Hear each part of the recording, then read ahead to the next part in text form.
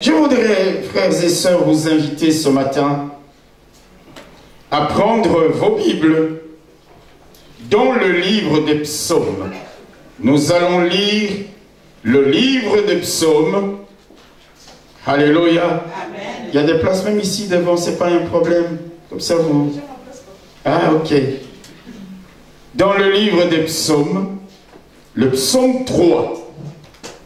Le psaume 3, nous lirons du 1er jusqu'au verset 9. Merci beaucoup. Vous pouvez voir sur l'écran. Psaume de David. À l'occasion de sa fuite devant Absalom, son fils. Ô Éternel, que mes ennemis sont nombreux.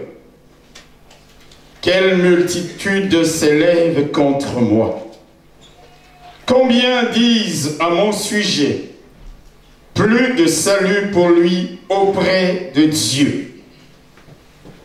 Mais toi, ô Éternel, tu es mon bouclier, tu es ma gloire et tu relèves ma tête.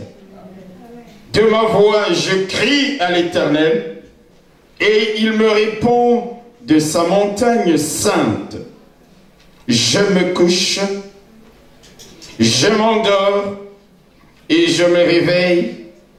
Nous sommes dans le psaume 3, à partir du verset 1er. Là, nous sommes déjà au verset 6.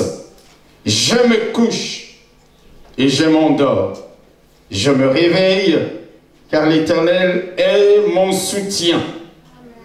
Je ne crains pas les myriades des peuples qui m'assiègent de toutes parts.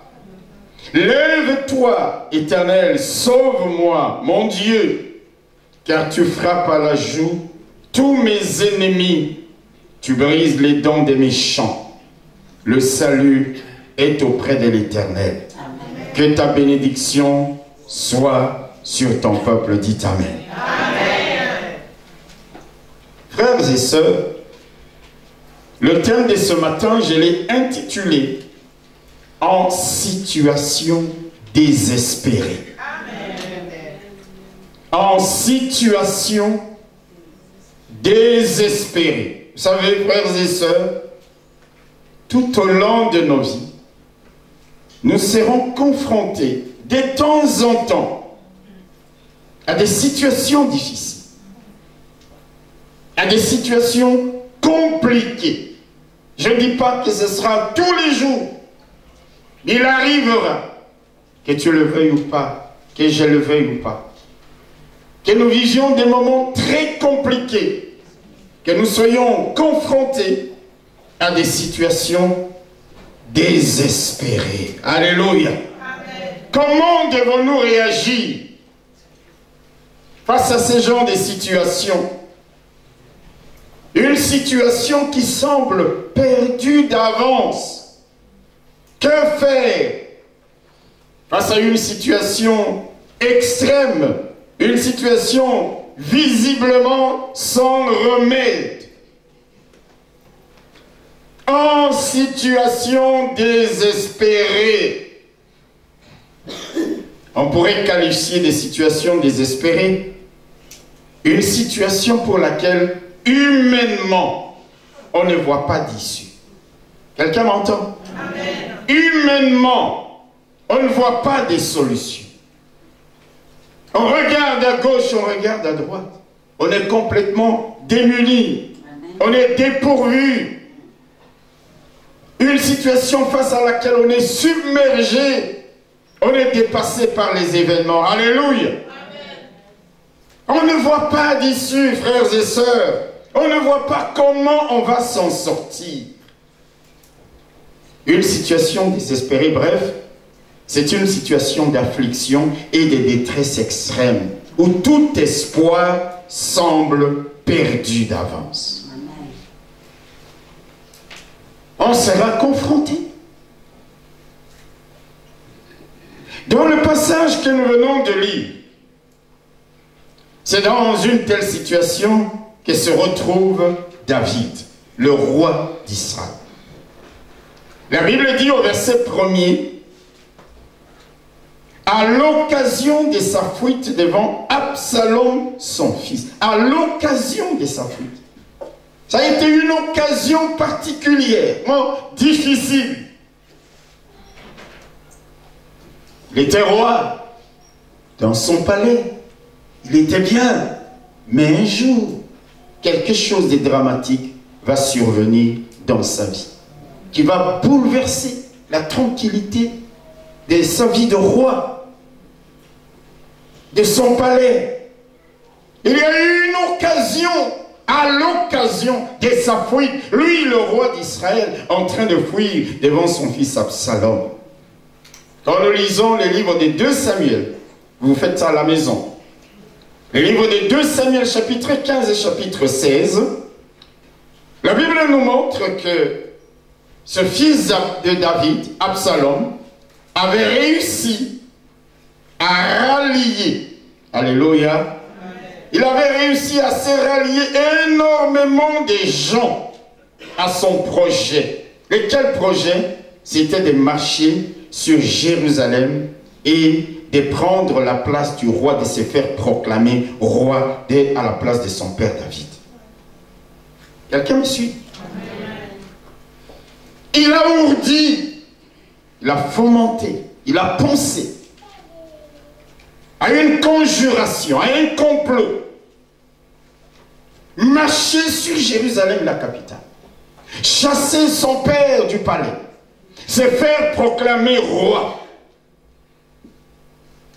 à la place de son père. La multitude des gens qui s'étaient ralliés à Absalom étaient décidés non seulement de frapper, mais aussi de tuer toute personne qui allait se mettre en travers de leur chemin.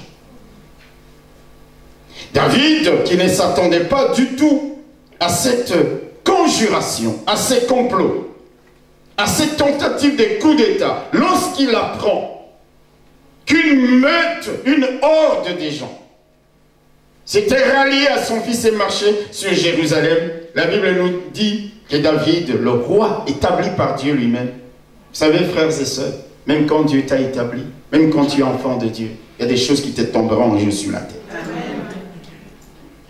David est obligé de faire quoi? Il est obligé de prendre la fuite, de quitter le palais. Et la Bible nous dit que dans sa fuite, il marchait pieds nus. Il avait la tête baissée. Et il était en train de pleurer. Les gens qui assistaient à ces spectacles désolants étaient en larmes. Ils avaient vu ce roi dans sa splendeur. Et là, on le voit comme un vulgaire citoyen, pieds nus, faible, démuni, en train de pleurer. Les gens poussaient des cris. Et même que d'autres se sont mis à prononcer des malédictions sur David. Le jour où tu seras atteint par le malheur, frère, il y a des gens qui vont pleurer avec toi. Il y a des gens qui vont se réjouir de ton malheur. Il y a des gens qui vont te plaindre. Mais il y a des gens qui vont se moquer de toi. Il y en a qui pleuraient. Mais il y en a aussi qui prononçaient des malédictions sur David. Il y en a qui prenaient des pierres, qui les lui jetaient. Il y en a qui s'étaient mis à l'insulter, à prendre la poussière, à lui jeter. Il y avait des railleries, il y avait des moqueries pendant que le roi David fouillait avec une poignée de gens qui lui étaient restés fidèles. Alléluia. La situation de David était tellement désespérée que les gens se sont mis à dire ce que nous avons lu au verset 3. Plus de salut pour lui auprès de Dieu. Les gens se sont mis à dire, c'est fini, c'en est fini pour lui. Il n'y a plus de salut pour lui auprès de Dieu. En d'autres termes, David n'avait plus, d'après eux, le moindre espoir de conserver la royauté, le moindre espoir de conserver la vie. Tout semblait fichu, tout semblait perdu d'avance. C'est comme si son sort était définitivement scellé. Alléluia. Amen. Comme si son sort On nous signale quelqu'un s'est mal garé. Il est interdit de se garer à l'entrée de l'église. Cette voiture doit bouger un peu. Donc, 2ZB015, s'il vous plaît, une Seat. Merci. C'est comme si son sort était définitivement scellé. Quelqu'un m'entend?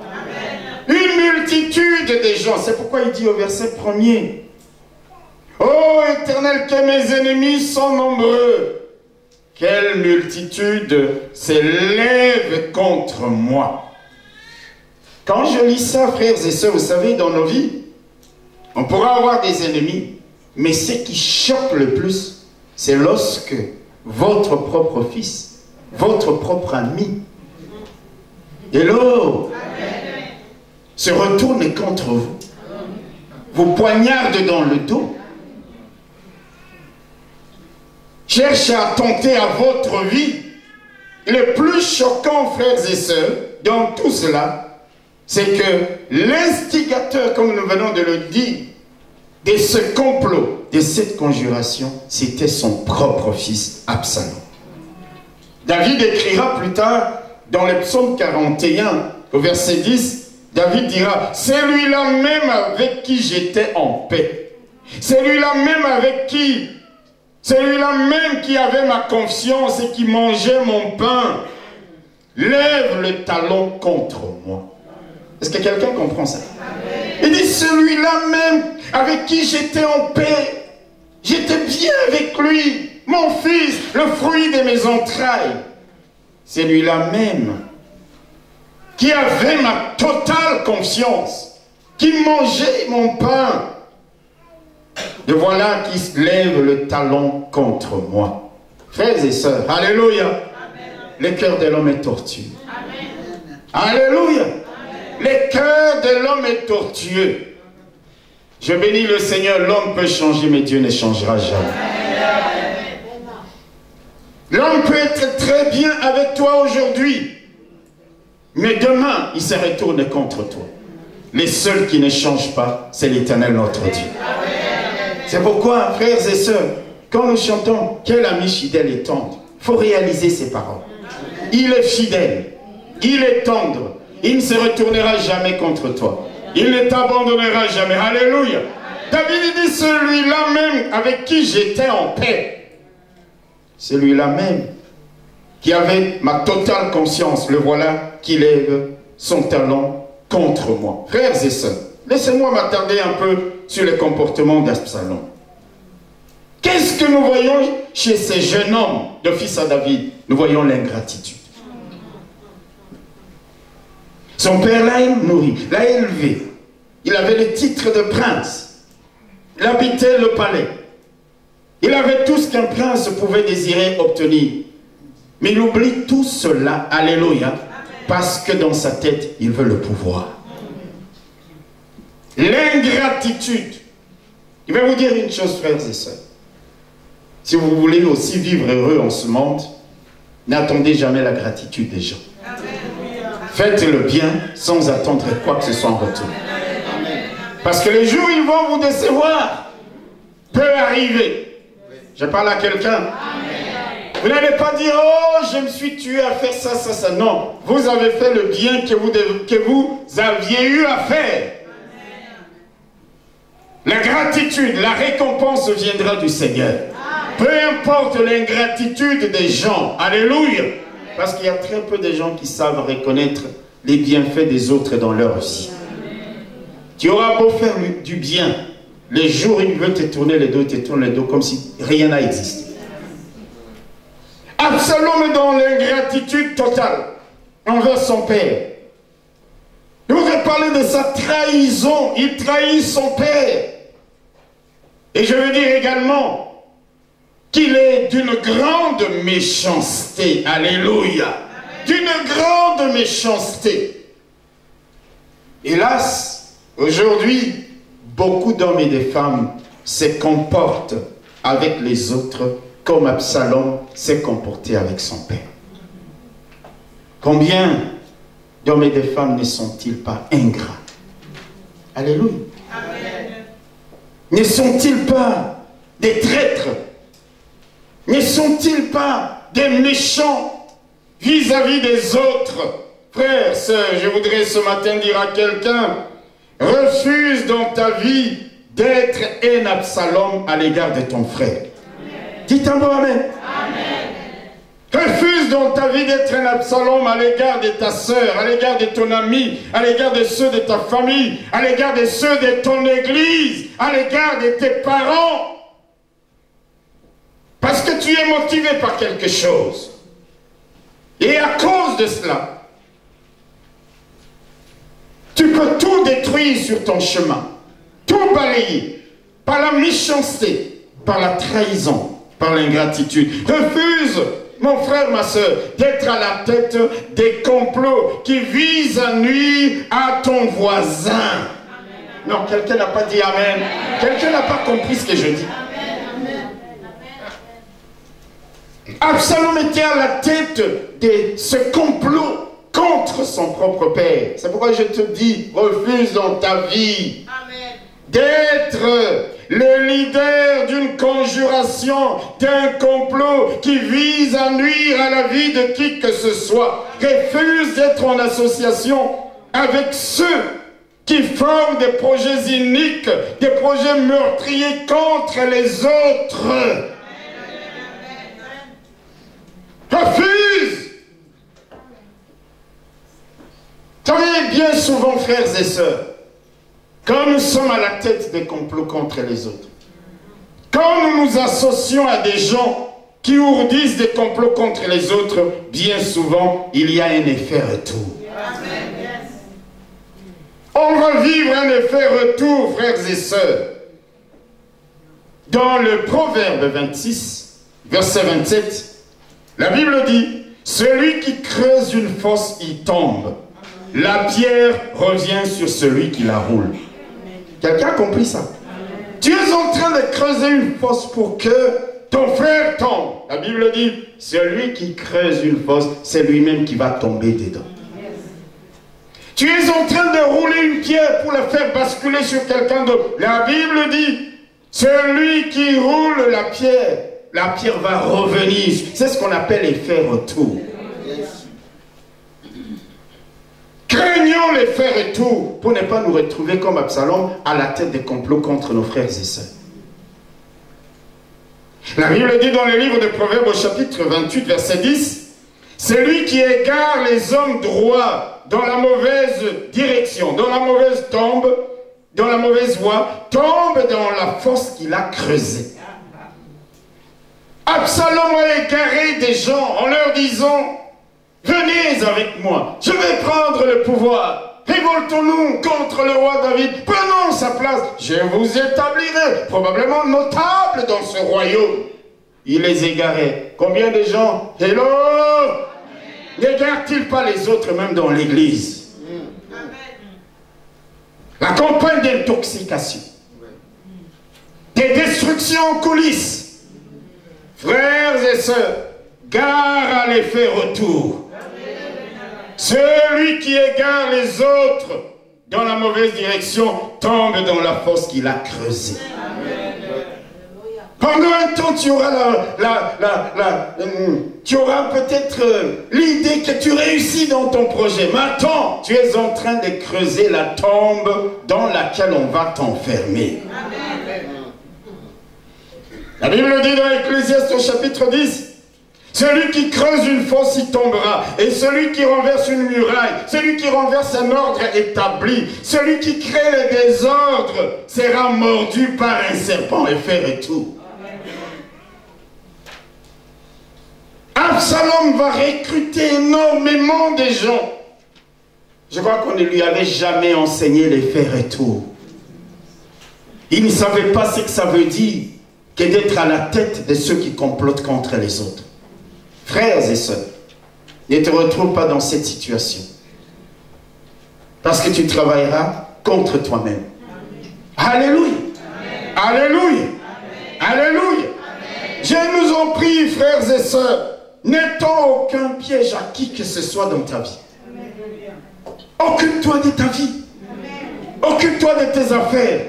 tu n'as déjà pas assez de temps pour ta propre vie, mais tu trouves du temps pour chercher à creuser des fosses devant les autres, pour continuer à tendre des pièges à d'autres. Occupe-toi de ta propre vie. Mets à profit le temps que Dieu te donne de vivre pour faire des grandes choses. Est-ce que je parle à quelqu'un? Mais il y a des gens qui passent leur temps à imaginer comment je peux faire pour que celui-là tombe dans le piège. Comment je peux faire pour que celui-là tombe dans les malheurs. Comment je peux faire? Frères et sœurs, ne creuse aucune force contre quelqu'un. Ne combat personne gratuitement, n'égare personne, n'intoxique personne, ne mène jamais campagne pour salir, pour discréditer ou faire haïr quelqu'un gratuitement.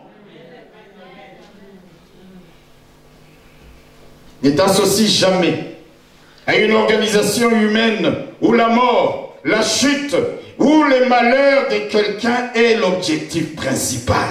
Jamais. Quand l'on viendra te dire, associons-nous pour abattre cette personne, dis, si vous devez y aller, allez-y seul. Associons-nous pour détruire cette église. Tu lui dis, si tu veux y aller, vas-y seul. Pourquoi les gens parfois ne comprennent pas que le salut est individuel? Alléluia. On se laisse intoxiquer. On se laisse rallier dans un groupe, soi-disant. Frères et sœurs, si tu es sage, apprends à décliner, à refuser, à rejeter des propositions, des coalitions, d'associations dans l'intention de nuire à qui que ce soit. Parce que si tu agis comme Absalom et ceux qui se sont ralliés à lui, c'est que tout simplement tu es en train de travailler contre toi-même. Vous savez ce qui est arrivé à Absalom? Je vais vous lire dans 2 Samuel. Écoutez ce qui est arrivé à Absalom. Lisons dans 2 Samuel, chapitre 18. Alléluia. Est-ce que quelqu'un me suit? 2 Samuel, chapitre 18. On va prendre juste quelques versets, à partir du verset 15 au verset 17. Écoutez ce qui est arrivé à Absalom. Verset 15 de 2 Samuel, chapitre 18. La Bible dit, vous avez le texte, merci beaucoup. 10 jeunes gens qui portaient les armes de Joab. Joab, c'était celui qui était le chef de l'armée de David. 10 jeunes gens qui portaient les armes de Joab entourèrent Absalom, le frappèrent et quoi? Les firent mourir. Joab fit sonner de la trompette et le peuple revint, cessant ainsi de poursuivre Israël parce que Joab l'en empêcha. Ils prirent Absalom, le jetèrent dans une grande fosse au milieu de la forêt et mirent sur lui un très grand monceau de pierres. Tout Israël s'enfuit, chacun dans sa tente. Alléluia. Amen. Le roi David avait dit à son chef des armées, s'il te plaît, quiconque aura mon fils à sa portée, qui ne le tue pas. Qui ne le tue pas. Ah, David était véritablement l'homme selon les cœurs de Dieu.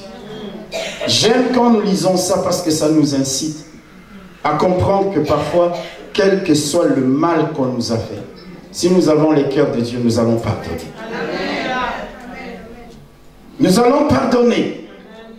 Alléluia.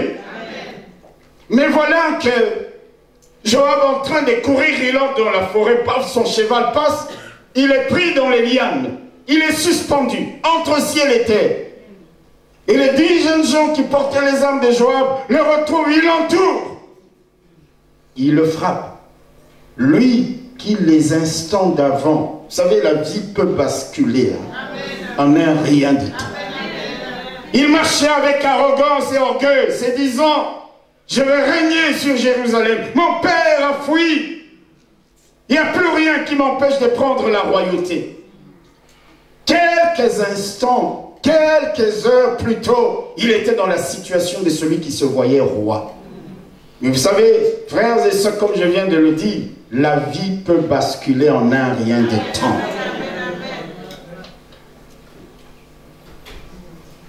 est tué, il est assassiné, et on le prend, on le jette comme un vulgaire monsieur. Lui, le prince, en pleine forêt. On va faire un petit trou, on va le mettre dedans, et on va mettre toutes sortes de pierres au-dessus. Oh, quel sépulcre, oh, que c'est malheureux. C'est pourquoi je voudrais dire à quelqu'un, attention à les faire et tout. Ne sois pas comme Absalom, car alors tu auras de toi-même écrit le scénario de ta fin. La méchanceté, la trahison, l'ingratitude. Où est-ce que ça avait conduit? L'ambition démesurée. Je dois être le roi. Vous savez que c'est exactement la même chose que le diable disait. Je dois m'asseoir sur le trône pour que les gens... Vous savez, l'orgueil, mes frères et sœurs, c'est la chute. L'orgueil, c'est la chute. La Bible le dit. L'orgueil précède la chute. Absalom est tué. Et fait retour. Crois-moi, frères et sœurs. Croyez-moi. Tout ce que nous sommes en train de faire contre les autres, là, parfois c'est notre propre tombe que nous creusons. Hello. Amen. Hello. Amen. Surtout quand c'est gratuit. Par méchanceté, par jalousie, par envie. Si tu prends une balle de tennis, tu lances contre ces murs. Si le mur est blindé, la balle de tennis va revenir contre toi-même. Quand quelqu'un est connecté à Dieu, fais très attention. Amen. Alléluia. Amen. Alléluia. Amen. Absalom va être tué. Mais en attendant cela, avant d'en arriver là, revenons au problème de David, qui s'est retrouvé dans une situation désespérée. Quand il était en train de fuir, les gens disaient, même Dieu ne lui viendra pas en aide. Plus d'espoir pour lui. Les carottes sont cuites, la messe est dite, le vin est tiré, il n'y a plus rien pour lui. Frères et sœurs, quand je lis la Bible, je vois que les gens dans ce monde parlent trop vite. Ils parlent le premier, mais c'est Dieu qui a toujours les derniers mots. Quand ils étaient en train de regarder David, la tête courbée, pieds nus, fouillant, démunis, dépourvus de tout, ils ont dit, c'en est fini de cet homme. Les railleries, les colibets, les moqueries ont fusé de tous côtés. Plus d'espoir pour lui. Ils ont parlé trop vite. Frères et sœurs, les gens parleront trop vite de ta vie. C'est pourquoi de temps en temps, même quand les gens parlent trop vite de ta vie, c'est moque de toi. Non, ne réagis pas, reste calme, tourne-toi vers celui qui a les derniers mots. Tourne-toi vers celui qui a les derniers mots. Quelle avait été la réaction de David face à la situation désespérée qui était la tienne? Et ça, c'est important. Vous savez, la Bible nous dit que tout ce qui a été écrit là était pour notre instruction. Quand tu écoutes la parole de Dieu, quand tu lis la parole de Dieu, ce n'est pas juste comme ça. C'est pour que tu sois instruit. C'est pour que tu puisses t'inspirer de cela. Lorsqu'un jour tu vas te retrouver dans une situation semblable, tu sauras comment réagir. Comment avait réagi David dans la situation qui était, du point de vue des hommes qui le voyaient, une situation désespérée? Alléluia. Amen. David a eu une réaction en 3 volets. Écoute-moi bien. La première réaction de David, nous la voyons dans les versets 5 et 8 du texte du psaume que nous avons lu. Psaume 3. Verset 5 et verset 8. David dit ceci. De ma voix, je crie à l'Éternel et il me répond de sa montagne sainte. Dites Amen. Amen. Au verset 8, il dit, lève-toi, Éternel, sauve-moi, mon Dieu, car tu frappes à la joue tous mes ennemis, tu brises les dents des méchants. La première réaction de David, dans la situation désespérée qui était la sienne, a été quoi? La prière. On ne le dira jamais assez. La prière, David voit qu'il n'y a plus d'issue du tout. Mais il sait que même quand il n'y a pas d'issue, Dieu peut ouvrir une issue. Il se tourne vers ce Dieu-là. Et il prie, il crie à lui. Il dit, sauve-moi. Seigneur, mon Dieu, de ma voix, je crie à toi. Tu me répands de ta montagne sainte. Sauve-moi, Éternel. David se met dans la prière. Parce qu'il sait que la prière, ça marche. La prière est puissante, mes frères. La prière est agissante. Dis Amen. La prière est efficace. Alléluia. C'est pourquoi dans la Bible, on nous dit prier sans cesse. Jésus dit, il leur adressait une parabole pour leur dire de toujours prier, de ne point se relâcher. Paul écrira aux Éphésiens, faites en tout temps toutes sortes de prières et de supplications avec des actions de grâce. Veillez-y avec une entière persévérance. Pourquoi nous ne comprenons pas ces choses? Nous négligeons la prière. Nous avons vu la vie de Néhémie. L'une des clés de la réussite de la vie de Néhémie, c'était quoi? La prière, frères et sœurs. Nous avons le temps pour tout. Mais nous avons très peu de temps pour chercher la face de Dieu. Bon, David se met à prier. Il se met à prier. Vous savez, la prière fait mouvoir la main de Dieu en notre faveur. Amen. La prière fait que Dieu libère sa puissance, mobilise les ressources et les énergies pour que tout nous soit favorable, pour que tout soit à notre avantage. Quand nous sommes en train de prier, nous sommes en train de puiser dans les ressources de Dieu. C'est pourquoi même quand tu es en situation désespérée, plutôt que de passer du temps à pleurer, à te lamenter, à te plaindre, va, même en pleurant, mais sois dans la prière. Vous savez, la Bible dit que même nos larmes sont comme des prières devant le Seigneur. Va devant Dieu. David est complètement démuni. Il se tourne vers Dieu. Ça, c'est la première réaction. Mon frère, ma soeur, en situation désespérée, ne baisse pas les bras. En situation désespérée, ne néglige pas la prière. Prie Dieu, crie à lui, alléluia. Il te répondra de sa sainte montagne. Il frappera tes ennemis à leurs joues. Il brisera leurs dents. Parce que la prière, ça marche.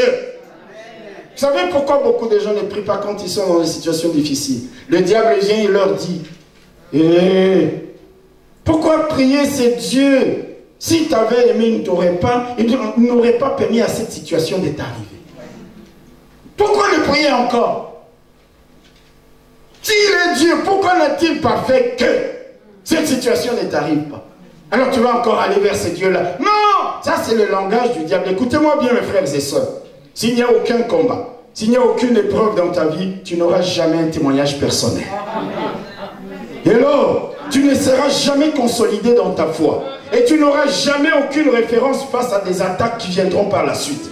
Dieu permettra des épreuves. Dieu permettra des situations désespérées. Quand tu vas te mettre à prier, qu'il va déployer sa main, tu vas réaliser que Dieu est fidèle. Tu vas réaliser que Dieu est grand. Tu vas réaliser que Dieu est puissant. Tu auras un témoignage personnel. Arrêtons de toujours nous servir que des témoignages des autres. Dis à Dieu, Seigneur, dans cette situation désespérée, je sais, je crie vers toi pour que j'aie un témoignage personnel. Pour que moi aussi je dise aux autres un jour, l'Éternel m'a secouru. L'Éternel est intervenu même à la dernière minute. Que tu aies un témoignage personnel. Je parle à quelqu'un. Alors ne tombe pas dans les pièges de l'ennemi qui te dira, oh, si Dieu t'avait aimé, il n'aurait pas permis que tu en arrives là. Prie simplement. Crie à Dieu. Alléluia. Quand tu verras la bénédiction, l'exaucement, la réponse de la part du Seigneur, ta foi sera consolidée. Amen. Alléluia. Et non seulement ta foi sera consolidée, tu auras aussi une référence, comme David, lorsqu'il est devant Goliath, il dit, le Dieu qui m'a délivré de la patte et de la gueule de l'ours. Alléluia. Tu as une référence dans ta vie, tu te dis, non, le Dieu qui a fait telle chose dans ma vie, même dans cette situation désespérée, il a dit, il ne va pas m'abandonner, il a dit, il ne va pas me délaisser. C'est ça. La prière. Nous allons nous mettre dans un coin. Pleurer, pleurer, pleurer, pleurer, pleurer, pleurer, pleurer. Et le diable qui nous dit, ça sert à quoi la prière? Frères et sœurs, la prière, ça marche. Amen.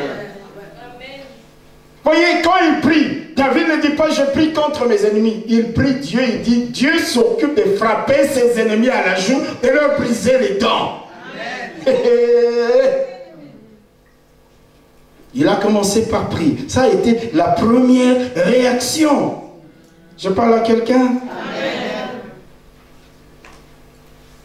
Dans ta situation désespérée, recours à la prière, crie vers Dieu, invoque-le, il te répondra et tu le glorifieras. La deuxième réaction de David, dans la situation qui était la sienne, a été de faire des déclarations de foi. C'est-à-dire de confesser, de proclamer ce que Dieu représente pour lui et ce que Dieu va faire pour lui. Quelqu'un n'a pas dit amen. Amen. Alléluia. Amen. Quand tu es dans la tourmente, qu'est-ce qui sort de ta bouche? David, dans la tourmente, dans la situation désespérée, il déclare ce que Dieu représente pour lui.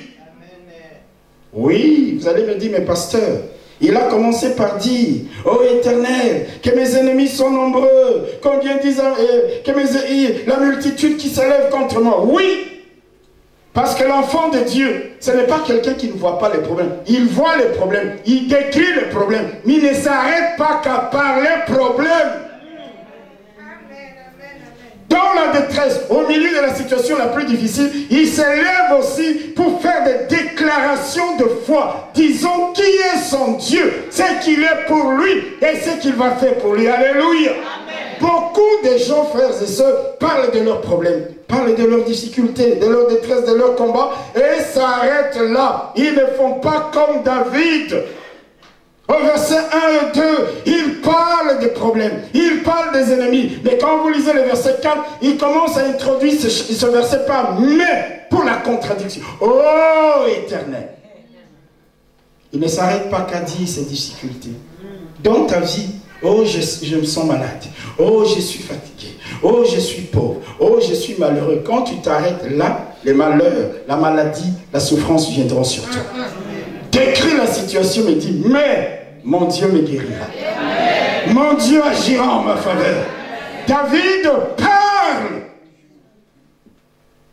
de ses difficultés, mais dans le même temps, alléluia, amen, il n'enchaîne pas, mais Dieu est ceci, et il fera ceci, et il fera cela. Je te recommande de ne plus parler que de tes problèmes, parle aussi de ton Dieu. Amen. Qu'est-ce que David dit? Il dit, malgré les ennemis qui m'entourent, ils sont nombreux, mes ennemis, mais oh Dieu, tu es mon Dieu, tu es ma gloire, tu es mon bouclier, et tu relèves ma tête. Dans une situation désespérée, ou dans une tempête survoltée, apprends à faire des déclarations de foi concernant ton Dieu. Amen. Alléluia. Même quand tu pleures, tu dis, je pleure, mais l'Éternel, mon Dieu, est mon bouclier. Amen. Dieu est mon bouclier. Dis par exemple, même dans ta détresse la plus profonde, dans la détresse la plus profonde, dis, l'Éternel est mon appui. Tu pleures. L'Éternel est mon abri. Alléluia. L'Éternel est mon berger. Même si maintenant ça ne va pas, mais je sais une chose, l'Éternel est mon berger, il est mon bouclier, il est mon calice. Le calice dit, il est ma coupe, la coupe qui va déverser des choses sur ma vie en abondance. Nous perdons du temps. On pleure, on pleure, on pleure. On confesse toutes les paroles négatives. David, dans la situation dramatique et critique qui était la sienne, il décrit la situation, il dit, mais oh Dieu, tu es mon bouclier. Alléluia. Amen. Alléluia. Amen. Celui qui me protège. Tu es mon bouclier, mon frère, ma soeur. Mais même dans la situation, tu es complètement sans rien en main. Tu peux t'élever et dire, l'Éternel est mon berger. Je ne manquerai de rien. L'Éternel est mon calice. Il déversera sa coupe de bénédiction sur ma vie. L'Éternel est mon appui. Même si tout le monde m'abandonne, l'Éternel ne m'abandonnera pas. Alléluia. Tu peux dire, l'Éternel est mon donateur. Il pourvoira tous mes besoins. Il est ma délivrance. Même si je suis enchaîné, l'Éternel est ma force. L'Éternel est ma forteresse. L'Éternel est ma gloire. L'Éternel est ma lumière. L'Éternel est mon libérateur. Je vais vous dire une chose. Vous savez, quand nous nous retrouvons dans des situations difficiles, c'est que l'ennemi attend, c'est que nous puissions passer notre temps qu'à pleurnicher. Quand Dieu entend quelqu'un au milieu des ténèbres, de la difficulté, de la situation la plus désespérée, commencer à le louer. Dieu envoie des anges en mouvement. Vous vous rappelez de Paul et Silas, ils avaient toutes les raisons de pleurer en prison. Nous nous faisons des victimes tous les jours. On se retrouve dans la position des victimes, à pleurnicher, à se lamenter, à avoir pitié de nous-mêmes. Ce n'est pas l'attitude d'un chrétien. C'est d'être élevé. Est-ce que je parle à quelqu'un? Et dit, l'Éternel est mon partage. Dis Amen.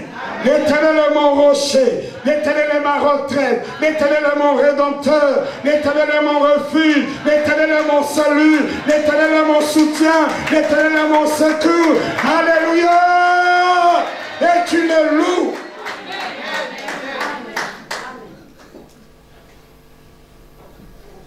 David avait toutes les bonnes raisons de se dire, qu'est-ce qui m'arrive? Oh Dieu, pourquoi tu m'as abandonné? Il dit, mais toi, Éternel, tu es mon bouclier. Amen. Tu es ma gloire. Amen. Tu relèves ma tête. Il dit déjà ce que Dieu va faire pour lui. Quand tu déclares au milieu de ta situation désespérée, tu es sur le chemin de la victoire. Amen. Dis, déclare ce que Dieu va faire pour toi. Tu peux dire, oh, il agira en ma faveur. Il se lèvera les derniers, il me sera favorable. Il accomplira ses desseins en ma faveur et il en concevra encore d'autres. Il ne m'abandonnera jamais, il ne me délaissera jamais. Il tracera un chemin, il ouvrira une porte. Même s'il faut qu'il ouvre des fenêtres au ciel, il le fera. Alléluia. Les situations, les circonstances te poussent à te plaindre. Tu ne te plains pas, mais tu proclames la grandeur de Dieu.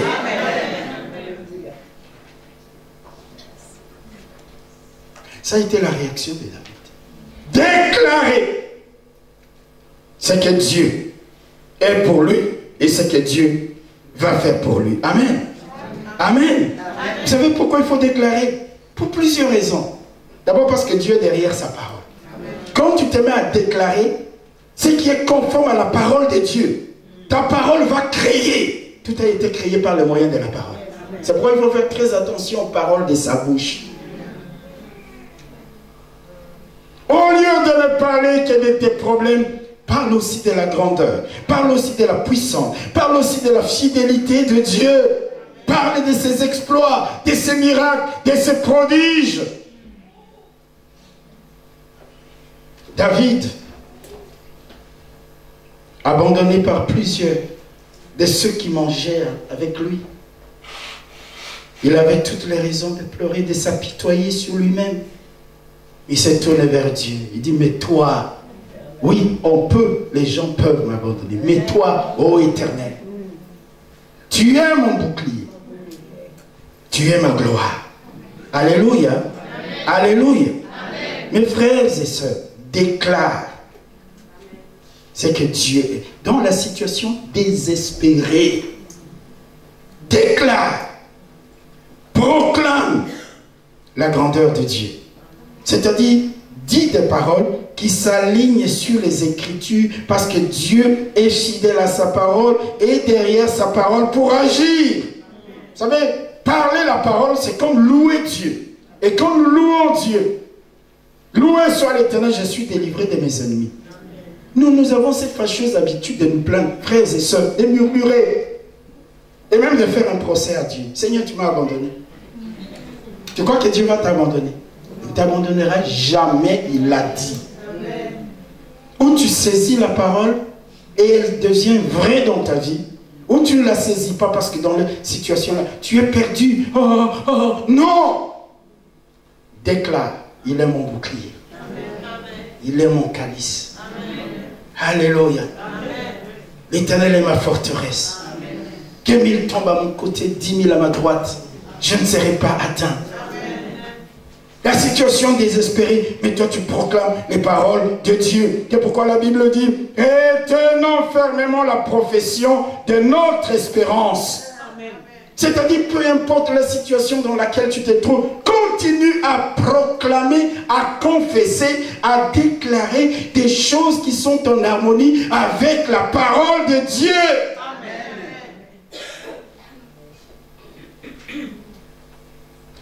La troisième réaction de David, dans la situation qui semblait désespérée pour lui, du moins de la part de ceux qui le voyaient, c'est tout au verset 6 et le verset 7 de notre psaume. Écoutez, il dit, je me couche et je m'endors. Et je me réveille, car l'Éternel est mon soutien. Ça, c'est le verset 6. Écoutez ce qu'il dit au verset 7. Je ne crains pas les myriades des peuples qui m'assiègent de toutes parts. Quelqu'un me suit? Regardez quelque chose qu'il va répéter encore. Dans ce même psaume, le psaume 4, le psaume suivant, le psaume 4, verset 9. Il dit, il répète ça, il dit, je me couche et je m'endors en paix. Non, est-ce que c'est projeté? Bon, lisons ensemble, tout le monde, allons-y. Je me couche et je m'endors en paix, car toi seul, ô Éternel, tu me donnes la sécurité dans ma demeure. Dites Amen. Amen. Ah, ça c'est formidable. Il dit, je suis poursuivi, entouré, comme une bête qui se retrouve au milieu de fauves. Frère, toi tu vas dormir. Tu vas dormir dans une situation comme ça. Hello? Amen. Mais il dit, hein, je me couche au milieu de cette agitation, de cette multitude qui s'avance contre moi. Je me couche. Je fais quoi? Je m'endors. Pourquoi ça? Il dit, parce que toi, tu veilles sur moi. Ça montre la confiance qu'avait David en son Dieu. Donc, dans la situation désespérée, le troisième élément, la troisième réaction, un type de réaction que nous pouvons déployer, c'est quoi? C'est la confiance en Dieu. Dis la confiance en Dieu. Il dit, je me couche. Je ne crains pas les myriades qui s'avancent contre moi. Il dit, Seigneur, je vais aller me mettre au lit. Et puis je vais dormir. Vous savez, quand vous faites des insomnies, ce sont les soucis et les inquiétudes. Quelque part, c'est un manque de confiance en Dieu. Parce que le Seigneur a dit, qui de vous passe ces inquiétudes? Je parle à quelqu'un. Il y a des gens qui font des insomnies, non pas parce que c'est une insomnie liée à un dysfonctionnement physiologique. Non, insomnie à cause de problèmes. Il ne peut pas dormir. David, environné, entouré, on peut le massacrer à tout moment. Mais comme il a confiance en Dieu, je parle à quelqu'un. Il dit, quand je vais me coucher, je vais faire quoi? Je vais m'endormir. Il m'endormit en paix. Pourquoi? Parce que tu veilles sur moi. La confiance. Dans le psaume 22, versets 5 à 6, David dit, en toi s'est confié nos pères. Ils se confiaient et tu les délivrais. Ils criaient à toi et ils étaient sauvés. il s'est confié en toi et il n'était point confus. Quelqu'un peut dire amen? Amen. David dit, quand tu te confies en Dieu, tu ne seras pas confondu. Le même David écrira dans le psaume 35, verset 7, recommande ton sort à l'Éternel. Mets en lui ta conscience et il agit. J'aime quand les gens peuvent me compléter parce que ça veut dire qu'ils connaissent les Écritures. Je vais les répéter. Recommande ton sort à l'Éternel. Mets en lui et il agit. La confiance. Il dit, je me couche et je m'endors. Parce que toi, Éternel, tu m'assures la sécurité. Tu veilles sur moi. Mon frère, ma soeur, il y a des moments où tu dois prendre des décisions dans ta vie pour dire, insomnie liée au souci, non, fini. Même quand il y a des problèmes, Seigneur, je veux aller au lit. Je vais me coucher. À chaque jour suffit sa peine. Le lendemain prendra soin de lui-même. C'est toi qui l'as dit. Tu vois des gens, il est en train de maigrir là, souci. Il a des insomnies, soucis, inquiétudes. Frère, nous n'avons pas donné notre foi en une idole. Nous avons placé notre conscience dans les dieux vivants. Les dieux capables d'orchestrer les événements, de les changer en 24 heures en notre faveur, de les changer même en un clin d'œil. Vous savez, la conscience, frères et sœurs, exclut la peur. La conscience exclut l'agitation. La conscience exclut la panique, les soucis, les inquiétudes, les angoisses. Quand on a conscience en Dieu, on est calme, on est serein, on a la paix, on est plein d'assurance parce qu'on sait que même si quelque chose m'échappe, c'est quelque chose n'échappe pas à Dieu. Même si moi j'ai perdu le contrôle, Dieu est toujours au contrôle.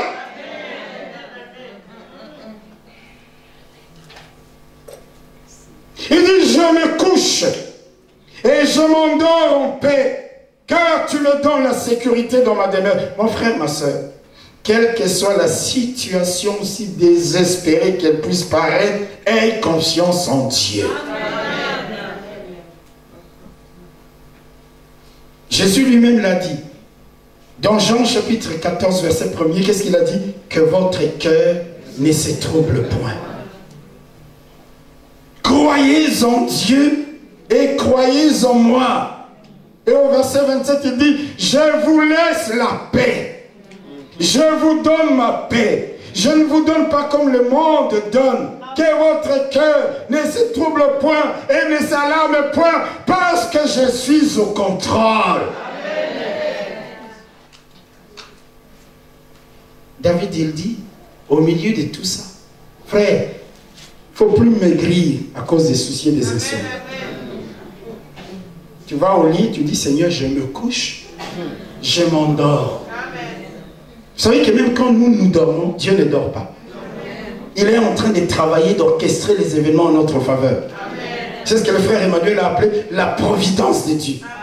Il fait concourir toutes choses à notre faveur. David, dans la situation désespérée qui était la sienne, il a réagi par le moyen de la prière. Vous m'entendez? Deuxièmement, par des déclarations de ce que Dieu est et de ce que Dieu va faire pour lui.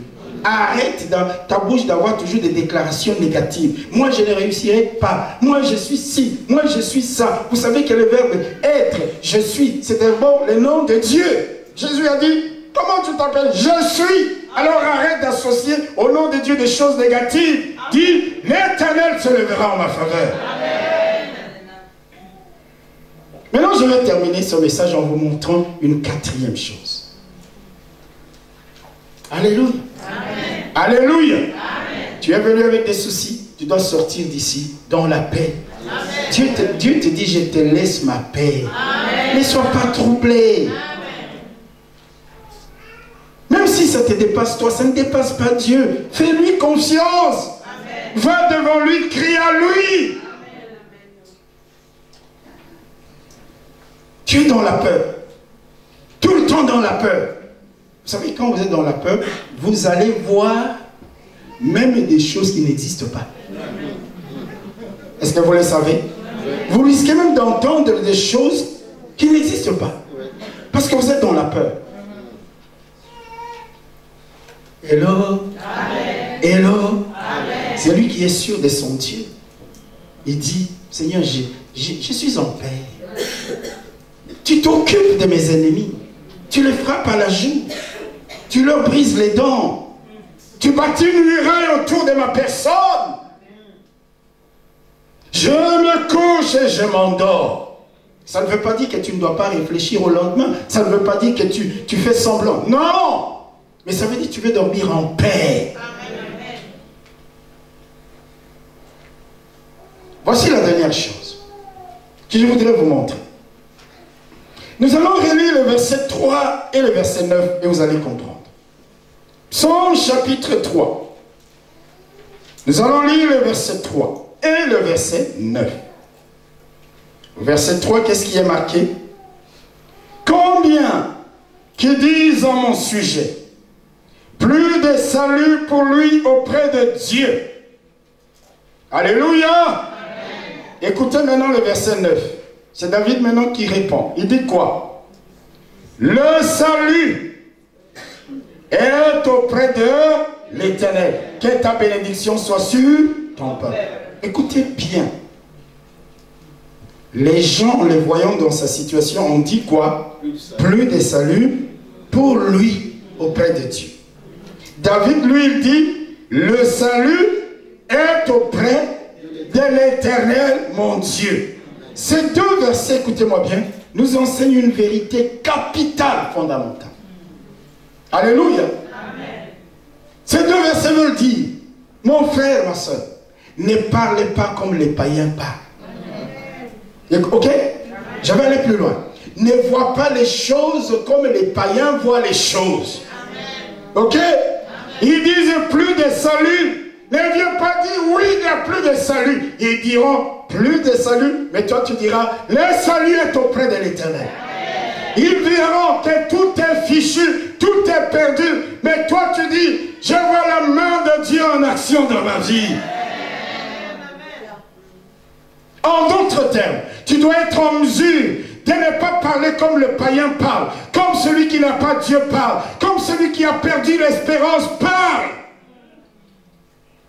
Le prophète Ésaïe au chapitre 8, le verset 12 dit ceci. N'appelez pas conjuration tout ce que ce peuple appelle conjuration. Je vais traduire ça même en lingala. Combien d'alibabete?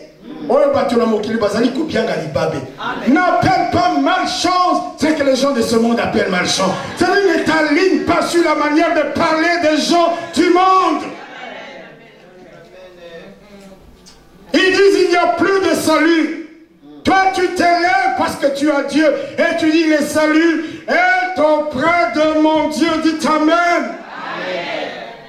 Tu ne dois pas t'aligner sur les discours de ceux qui ne connaissent pas ton Dieu. Dans ta situation, même désespérée, tu ne dois pas croire ce que les gens qui n'ont pas Dieu croient. Tu ne dois pas dire ce que les gens qui n'ont pas Dieu disent, mais crois ce que Dieu dit. Alléluia. Quand les gens de ce monde te diront plus d'espoir, tu t'élèveras et tu diras tant que je vivrai, il y a de l'espoir. Quand ils diront c'est fini pour toi, tu t'élèveras et tu diras ça commence avec Jésus. Quand ils diront c'est impossible, tu t'élèveras et tu diras c'est possible avec Dieu. Quand ils diront tout est fermé, tu t'élèveras et tu diras il a les clés de David, il ouvrira les portes. Quand ils diront il n'y a pas de chemin, tu t'élèveras et tu diras il tracera pour moi un chemin. Alléluia. Quand tu commences à écouter les gens du monde, ils vont noyer ta foi. Tu dois te lever et leur donner la réplique. Tu dois te lever et leur donner, alléluia, les démentir. Dire ce que Dieu va faire.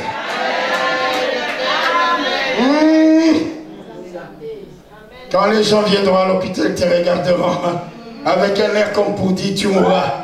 Tu te lèves même là, tu ramasses les plus faibles forces que tu es, tu dis je ne mourrai pas, je vivrai et je raconterai le bienfait de l'Éternel. Alléluia, alléluia. Il te regarde comme pour dire c'est fini. Mais toi tu es un enfant de Dieu. Tu as entendu le verdict du médecin qui ne te donne plus que quelques jours. Mais tu dis ça c'est l'homme qui a parlé. Il a dit plus de salut. Mais moi je dis mon Dieu est capable. Mon Dieu est capable. Le salut se trouve auprès de mon Dieu. La victoire se trouve auprès de mon Dieu. Le relèvement se trouve auprès de mon Dieu. La guérison se trouve auprès de mon Dieu. L'élévation se trouve auprès de mon Dieu. Les gens disent plus de salut. Je parle à quelqu'un. Mais lui il affirme le salut est auprès de mon Dieu. Et il dit encore que ta bénédiction éternelle soit sur ton peuple. Est-ce que je parle à quelqu'un? Est-ce que je parle à quelqu'un? Alléluia. Frère, sœur, quand le monde te dira de pleurer, mets-toi à louer Dieu. Quand le monde te dira de faire ce que tu veux, donne-leur la réplique en disant je ferai la volonté de Dieu. Quand le monde te proposera les lumières de Jérusalem, refuse, mais suis l'étoile de Bethléem. Quand les gens de ce monde te diront de douter Dieu, doute leur doute, doute leur doute, doute leur doute, et affirme ta foi en Jésus-Christ. Est-ce que je parle à quelqu'un? Est-ce que je parle à quelqu'un? David, elle dit, vous, c'est vous qui dites qu'il n'y a plus de salut. Mais moi, j'atteste que le salut est auprès de mon Dieu. Mon frère, ma soeur, dans la situation désespérée, qui était la sienne, comment est-ce que David a réagi? La prière. Dites la prière. La prière. Pourquoi tu as-tu découragé? Qui t'a dit le jour où Dieu va t'exaucer? Il a dit persévérer. Nos prières sont recueillies dans un vase, au ciel. C'est ce que la Bible dit. Chaque fois qu'un enfant de Dieu prie, la Bible dit Dieu ordonne qu'il y ait silence au ciel. C'est pas moi qui le dis. Je ne sais pas comment Dieu s'arrange parce qu'il y a des milliards et des milliards de ces enfants qui prient. Mais il dit taisez-vous. Il doit écouter la prière. Il recueille nos prières dans un vase. Quand le vase est plein, il met le feu. C'est la bénédiction. Le vase de tes prières est à quel niveau? Tu vois l'autre là, il est béni. Non. C'est comme ça qu'il a dit, oh, dit à Corneille, ses prières sont montées comme un monument. C'est plein. David a recouru à la prière. Deuxièmement, David a mis sa confiance en Dieu. Troisièmement, il a eu une bonne confession, c'est-à-dire des paroles, des déclarations qui s'alignent sur la parole de Dieu. Et enfin, il a évité de se conformer au monde. Il a évité de parler comme le monde parle. Il a évité de croire dans ce que le monde croyait déjà. C'est ce qui doit être notre attitude. Et quand nous agissons de cette manière-là, mon frère, ma soeur, Dieu s'arrange. Est-ce que je parle à quelqu'un? Dieu, il s'arrange. Dès aujourd'hui, chaque fois que les païens te diront, cette histoire-là, tu crois que tu vas réussir? Nous avons échoué. Tu leur dis, vous avez échoué, mais moi je réussirai avec Dieu. Ils vont parler de stérilité, mais toi tu dis, moi mon Dieu, il est le Dieu de la fécondité. Il a dit, il a béni l'homme et la femme, il leur a dit peuple. Mes frères et sœurs, vous savez, la foi, c'est de l'audace. Non, lève-toi. Les jours où tu me verras prier chez moi, tu vas dire, mais les pasteurs, il ne nous a jamais appris à prier comme ça. C'est comme si je voyais l'ennemi et je lui parlais. Parce que l'ennemi, pendant que tu pries, il te parle. Il te dit, prie. Il se moque de toi. Il te dit, tu crois? Tu entends comme une petite voix dans ton cœur qui te dit, tu crois que tu seras exaucé? Tu crois? C'est vrai combien de temps que tu pries? Tu lui dis, je continuerai à prier jusqu'à ce que la main de l'Éternel, je serai comme Anne, j'irai au temple, je crierai ma détresse et l'Éternel se lèvera. Frères, sœurs, n'en doute pas, notre Dieu sauve, notre Dieu bénit, notre Dieu délivre, notre Dieu guérit, notre Dieu élève, notre Dieu libère. En situation désespérée, il agira en ta faveur. Il te protégera. Il interviendra. Et il relèvera ta tête. David est revenu à Jérusalem. Le Seigneur a relevé cette tête qui fuyait courbée. Et là, vous savez, même les gens qui lui jetaient les pierres et les poussières sont venus tout tremblants. Seigneur David, pardonne-nous, nous étions dans l'égarement. Si ça avait été toi. Alléluia. Cachot, 24 heures au moins. Il leur dit, notre Dieu, il n'y a pas de situation désespérée. Amen. Pour Dieu, quand nous nous retrouverons, c'est notre attitude qui va déterminer notre altitude. C'est notre attitude, c'est l'ensemble des réactions que nous allons développer qui vont déterminer la bénédiction, la victoire, la réussite ou l'échec. Alors je termine en résumant. En situation désespérée, ne baisse pas les bras. Amen. Sois un homme, une femme de prière. Amen. Ne parle pas négatif. Fais des déclarations qui s'alignent sur la parole de Dieu. Fais confiance à Dieu. Et ne parle pas comme le monde parle. N'appelle pas conjuration ce que les gens de ce monde appellent conjuration. Alléluia. Il dit ne craignez pas ce que les gens de ce monde craignent. Et ne soyez point effrayés par ce que les gens de ce monde sont effrayés. Il faut qu'il y ait une différence.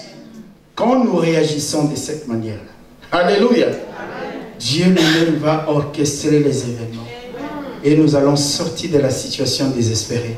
Notre tête qui était recourbée sera relevée. Nos ennemis d'hier viendront faire allégeance aujourd'hui. Et tu seras dans la joie. Et tu comprendras, mon frère, ma soeur, que tu n'es pas en train de prier en vain. Tu es en train de prier le Dieu Tout-Puissant qui conduit toutes choses et qui fait concourir toutes choses pour le bien de ses enfants. Que Dieu vous bénisse.